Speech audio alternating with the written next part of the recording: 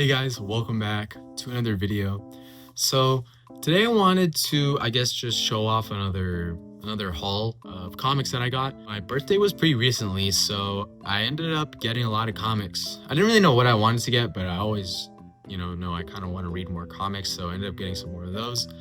And I thought I would just show off what I got, what I'm excited to read, and just kind of talk about each book. So I have kind of set up my collected editions in the back here alongside some other random books and whatnot in this shelf.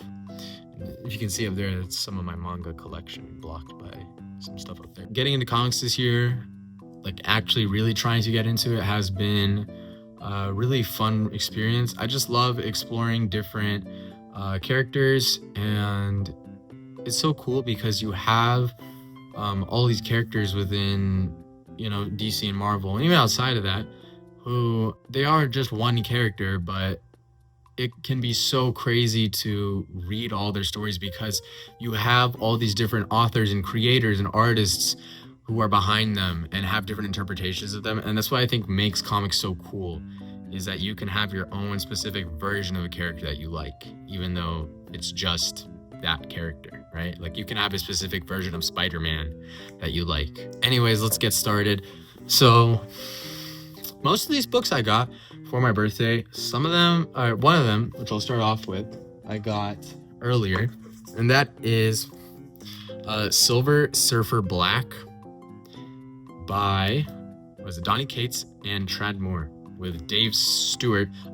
This creative team is incredible. The three of these people made such a phenomenal comic here. Silver Surfer Black is awesome.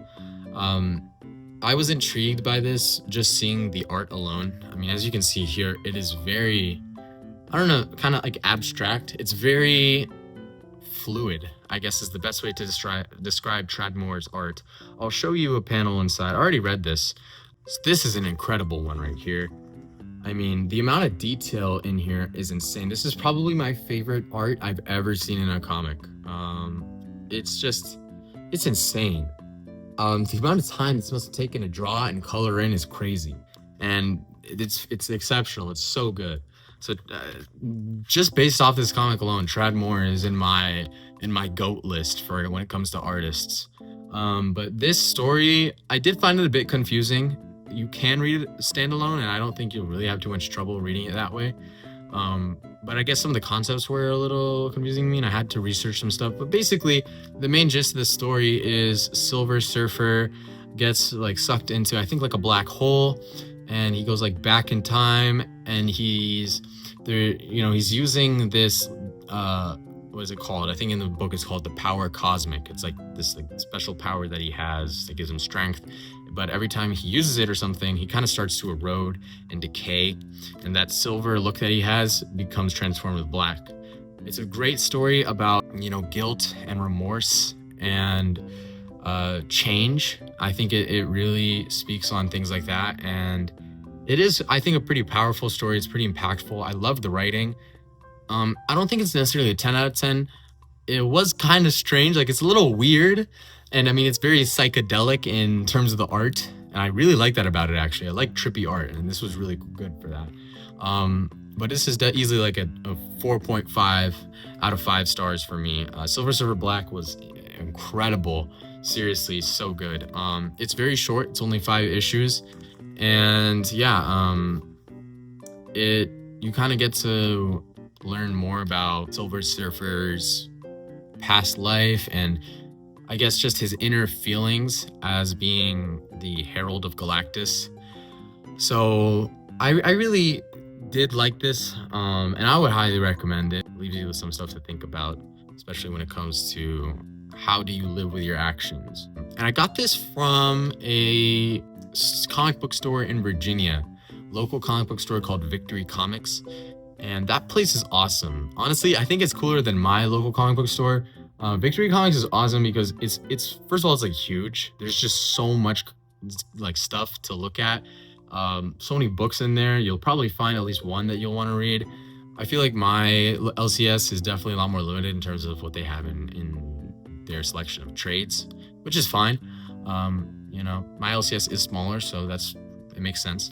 But the amount of space that Victory Comics has is huge, and they have so many comics available. It's insane. And what's also awesome about it is they have like a second room built into the store, which is more for like hobbyist stuff. So they have like Warhammer, Dungeons and Dragons. They have like trading cards and card games and stuff like that. Like it was so cool. It's such a cool place. If I lived in that area, I would love to always be there. The staff was really nice. It was an awesome environment. And I went with my brother and my cousin, and we all found some cool books that we liked. So this is what I picked up from there for what, $16. I think is a pretty good price considering what you get in here. And the art it's just phenomenal. Seriously.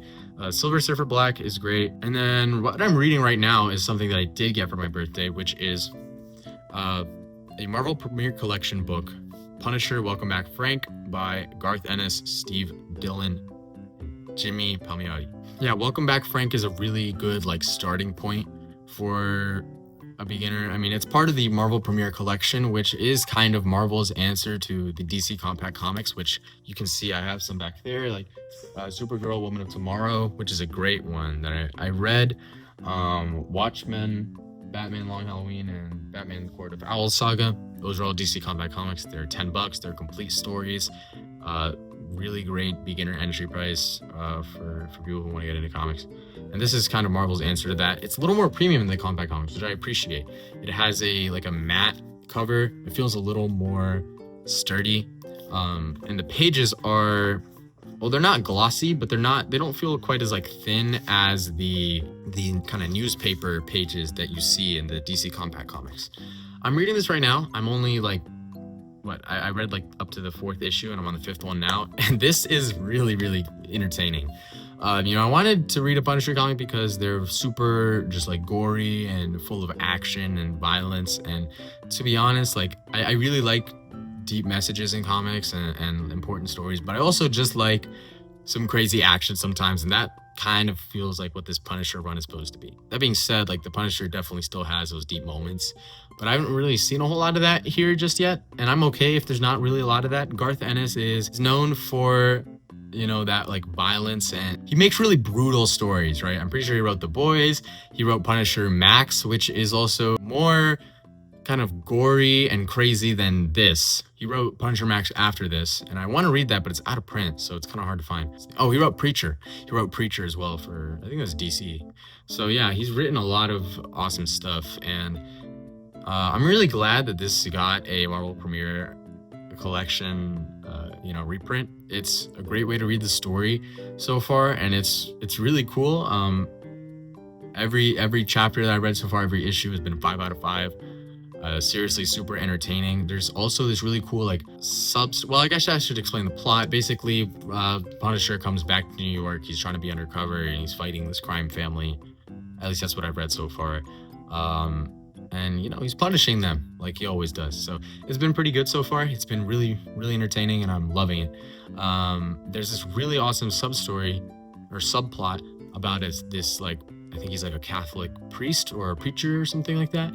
And he's well, I won't spoil it, but it's really entertaining so far, and I'm interested to see where it goes, because it's so disconnected from the main story. So yeah, Punisher Welcome Back Frank is a really great story so far, and if you just want to be entertained, this is awesome. I will say, I don't know if the art style is necessarily my favorite. I don't know that I love the way people are drawn in this.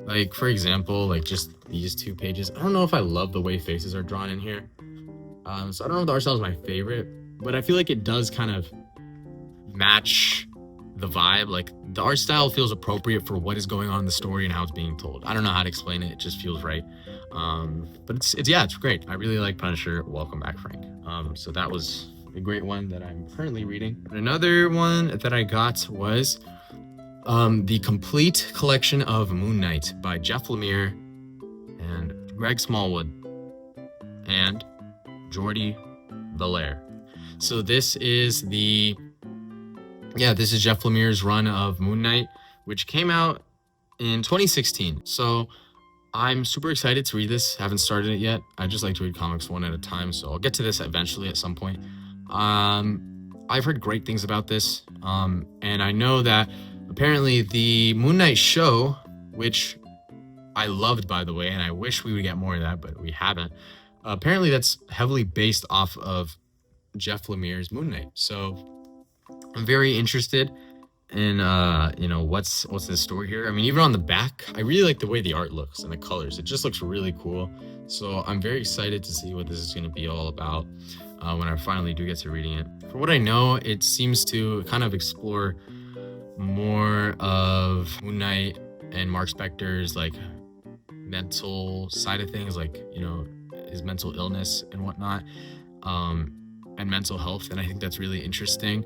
I even saw on Amazon when I ordered this one person's review who they stated like this comic genuinely saved their life and they were in a really dark place, but after reading this, like it didn't necessarily like fix all their problems, but it felt like a piece of like support almost, right? And it made them feel like understood, and it helped them to get out of this rut. And I thought that was really incredible and powerful because at the end of the day, these are just stories, right? And they're not real characters. These aren't real people. Yet, for myself and many other people who read these comics, these types of stories are so incredibly powerful, and they mean so much because of the characters and what they represent and how they make us feel and the messages that they leave us with. And so I'm very excited to read this Moon Knight full run from Jeff Lemire. I think it's going to be incredible. But those are the Marvel Collected Editions that I wanted to show. And then I also got these two things right here. I got both of the Transformers hardcovers from the current ongoing Image Comics Transformers run.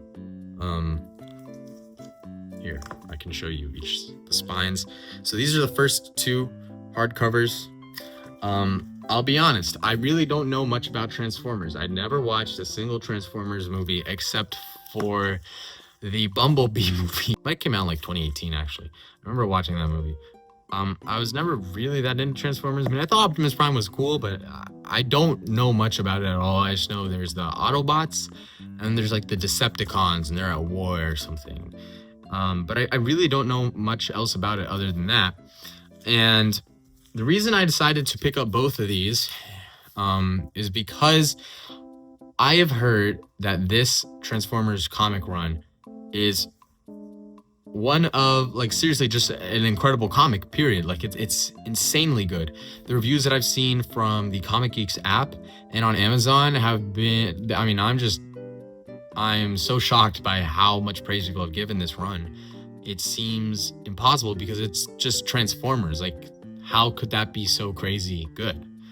But I think it's because it's Daniel Warren Johnson. So I haven't really read anything from Daniel Warren Johnson, but a lot of people love his stuff, and he worked on everything in these first two hardcovers. So yeah, he worked on the story in these first two books, and they were collected into these hardcovers. And I mean, people are just loving what he put in here.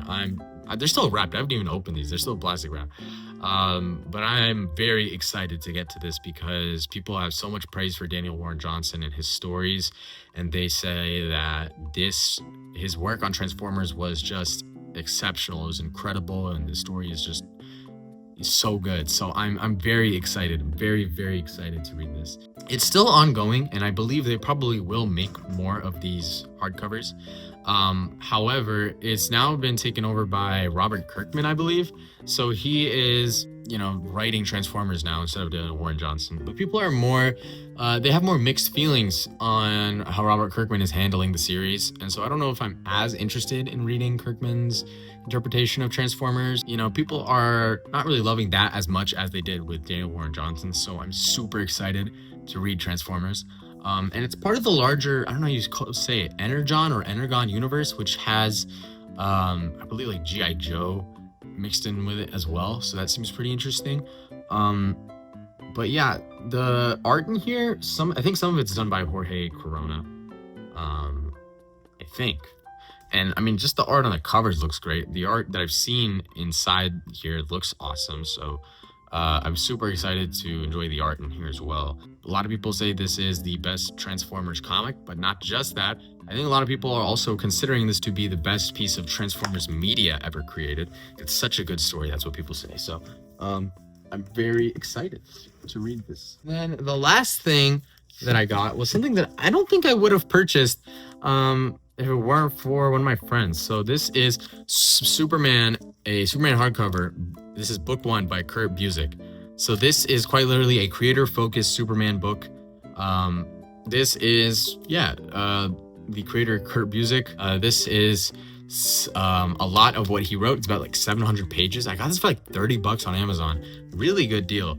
And this has some of, well, there's 2 books, so it has, I guess you could say like half, or maybe a little over half, of Kurt Busiek's work on Superman.